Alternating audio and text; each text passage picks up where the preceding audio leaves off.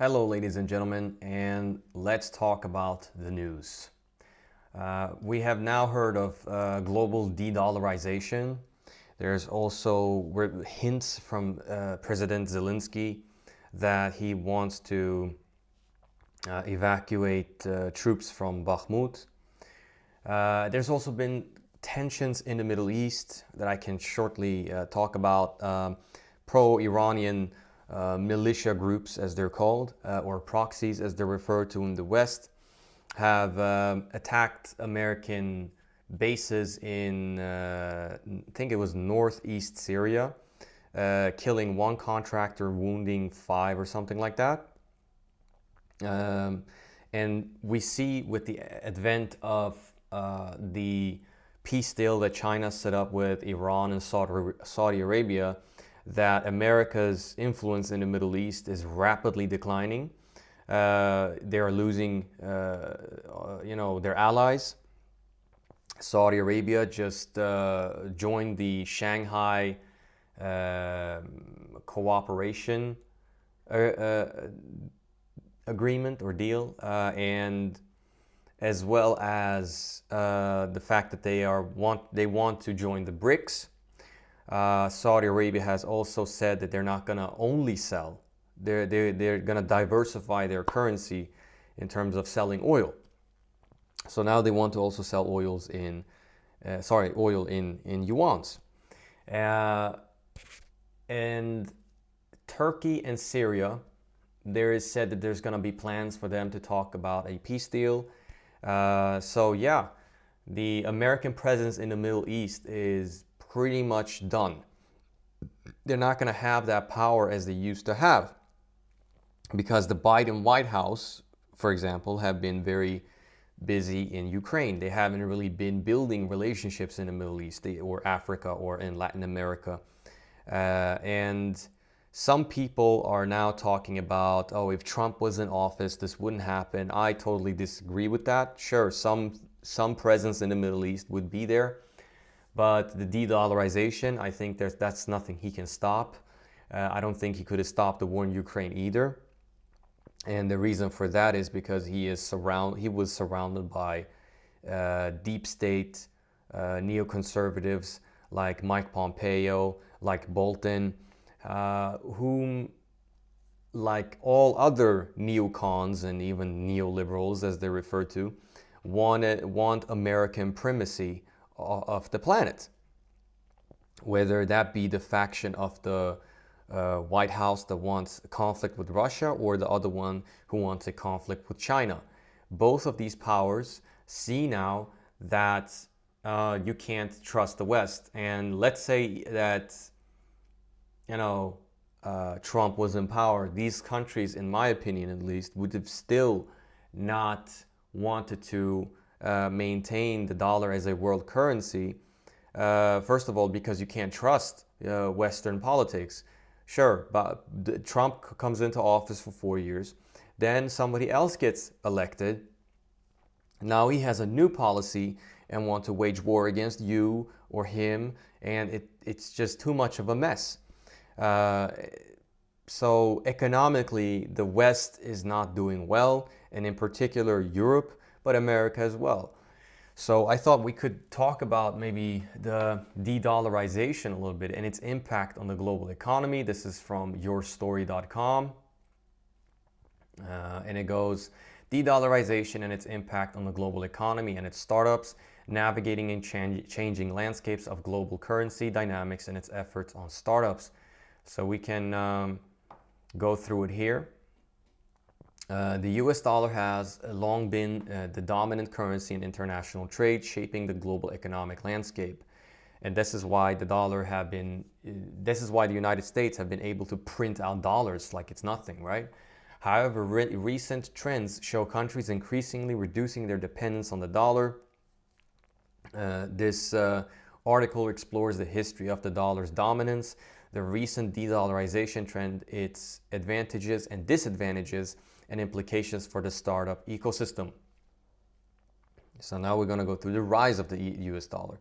The dollar's ascendancy began during World War I As the US emerged as a global economic power, the Bretton Woods Agreement in 1944 solidified the dollar's status as the primary reserve currency in events like the Marshall Plan. The end of the gold standard and the emergence of the petrodollar further cemented in its dominance. De-Dollarization, a global trend, or a growing trend, sorry.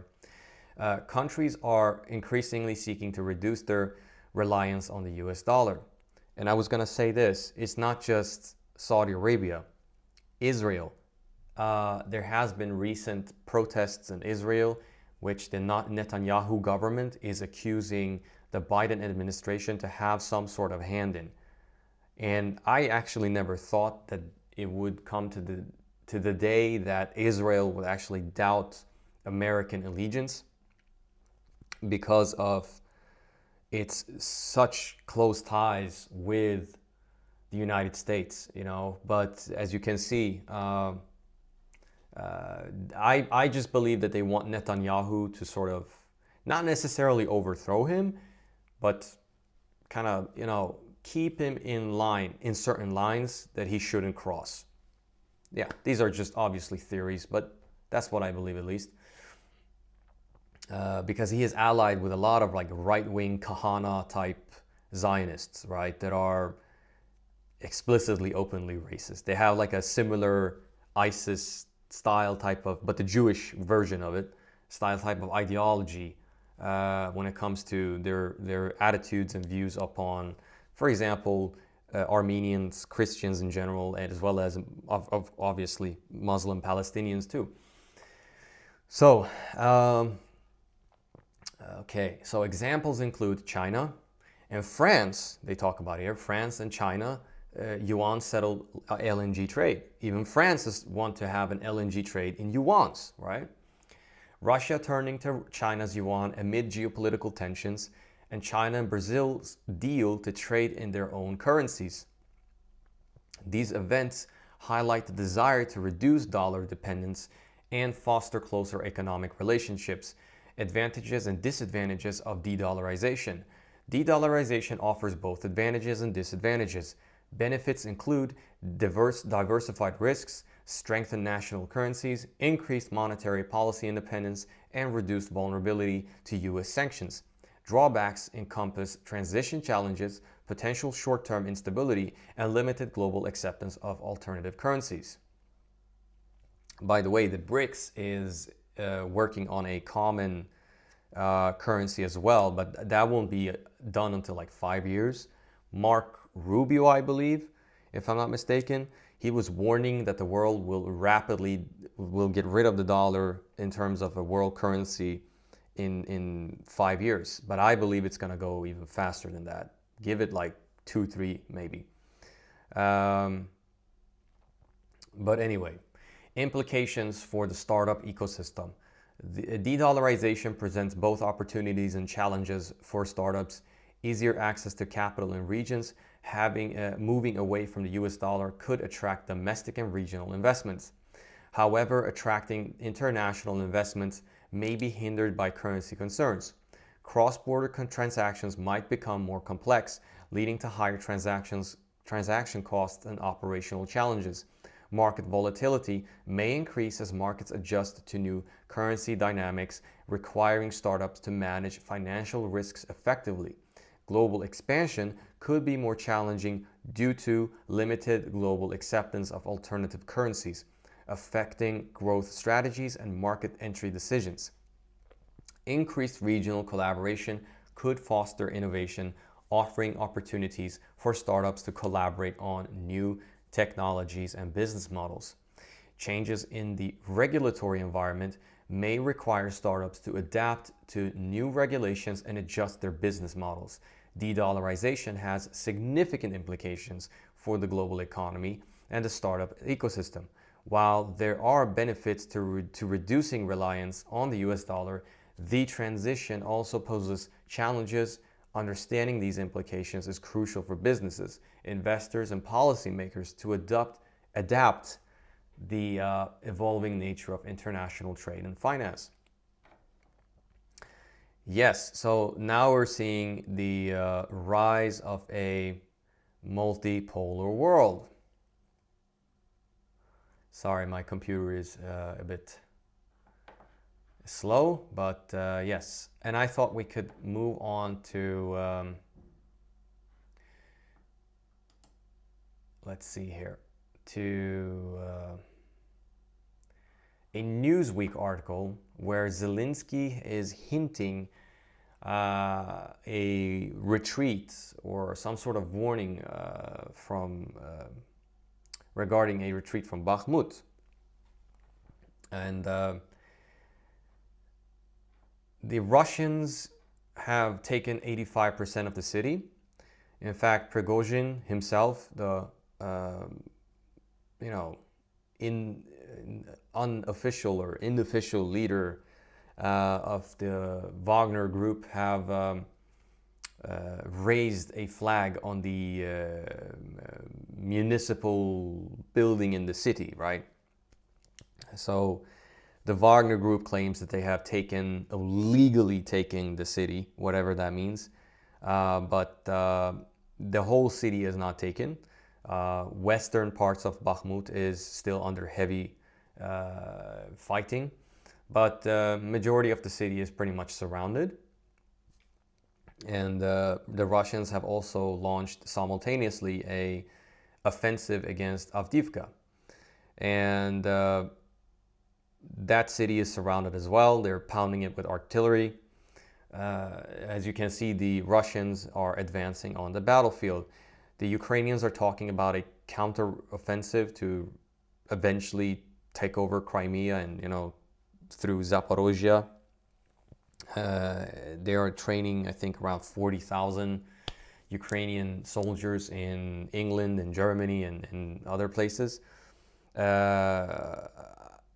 I would rely more upon the estimation or analysis from people like Scott Ritter and Colonel Douglas MacGregor, who say that this is not going to go very well because the Russians have beefed up their defense lines. In fact, they have, I think, around 3 of them in the Donbass region. And obviously they have sent in more soldiers. So they have completely beefed that up. So even if the Ukrainians would be able to, let's say, breach through the first defense line, they're still going to have to, be pushed back by the 2 others.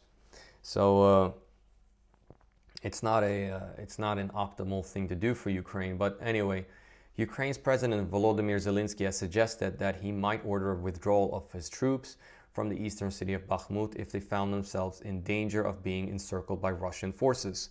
For me, the most important is not to lose our soldiers, and of course, if there is a moment of even hotter events and the danger we could lose our personnel because of encirclement, of course the corresponding correct decisions will be taken by generals there, Zelensky said during a news conference in Poland on Wednesday alongside the Polish counterpart.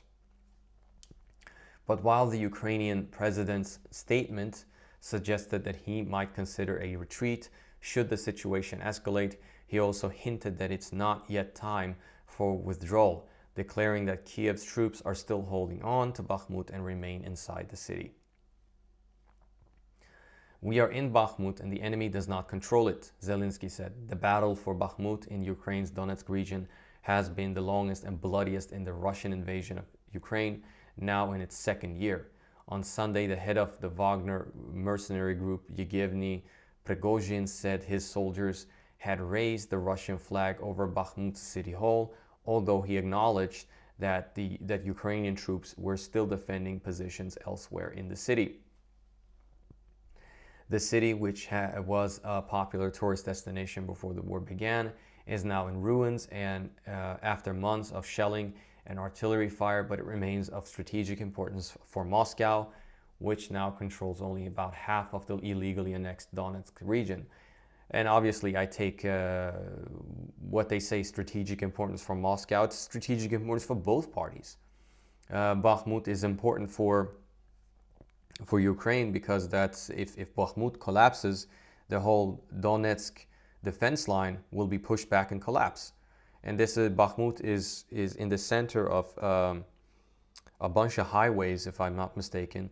Those who are better with military strategy, please correct me in the comment section. I have no problem with that.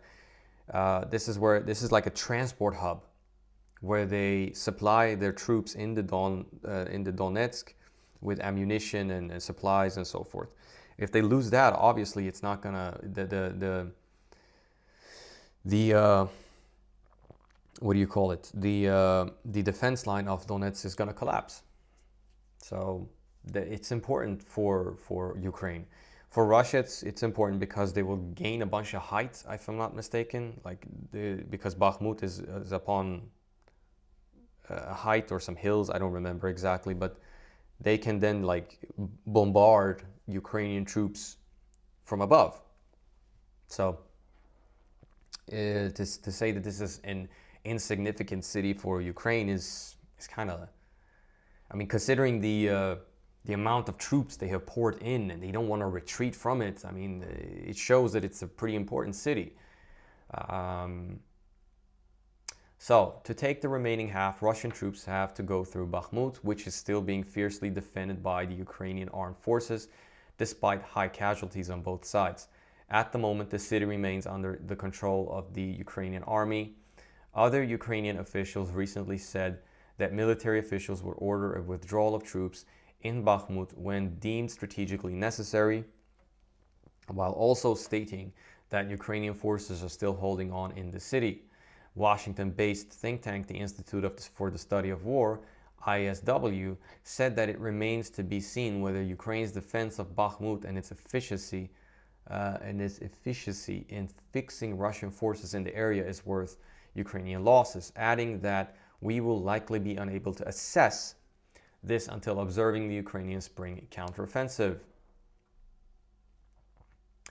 Ukraine is expected to launch a counteroffensive to try to take back land seized by Russian forces in the south and the east of the country in the coming weeks or months, for which Zelensky is asking Western countries for more ammunition.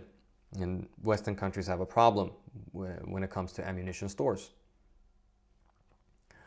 More ammunition would help the Ukrainian forces unlock a situation which at the moment has seen Ukrainian and Russian troops make very small advances, only to be pushed back again. There is success in some districts of Bakhmut, we're going forward, or there is no success and we're again leaving for positions, Zelensky said on Wednesday to describe the situation. In its latest update, the ISW, which is the Institution for Strategy and War, reported that Strategic War, I think it was. Yeah, it's a Washington think tank anyway. Reported that Russian forces likely made gains in and around Bakhmut on Wednesday and continued offensive operations along Avdiivka Donetsk city front line. And the Russian strategy seems to be that they surround a city or a place and they create what they call a cauldron and basically bombard it so much, and if the troops don't want to give up, they bombard it so much that they either kill everybody off or they retreat. Basically, they leave one route of escape. That's how I understood it, at least. So yeah, that is the situation on the battlefield. Let's see, I was gonna talk about something more.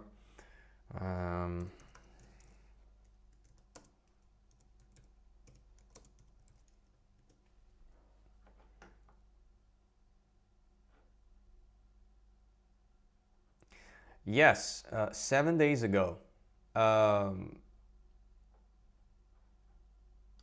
Mark Milley said that Ukraine it is unlikely to win this year. I think that's an interesting statement because we're seeing more and more that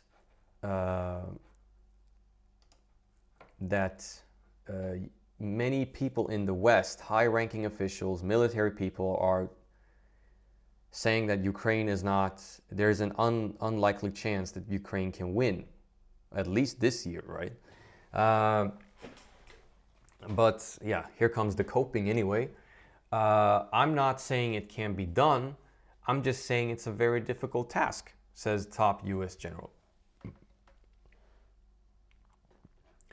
Ukraine is unlikely to expel all Russian forces from its territory this year, the top US officer said on Friday, giving a grim reality check to the expressed goal and hopeful ambitions of policymakers, diplomats, and defense leaders from Washington to Kiev.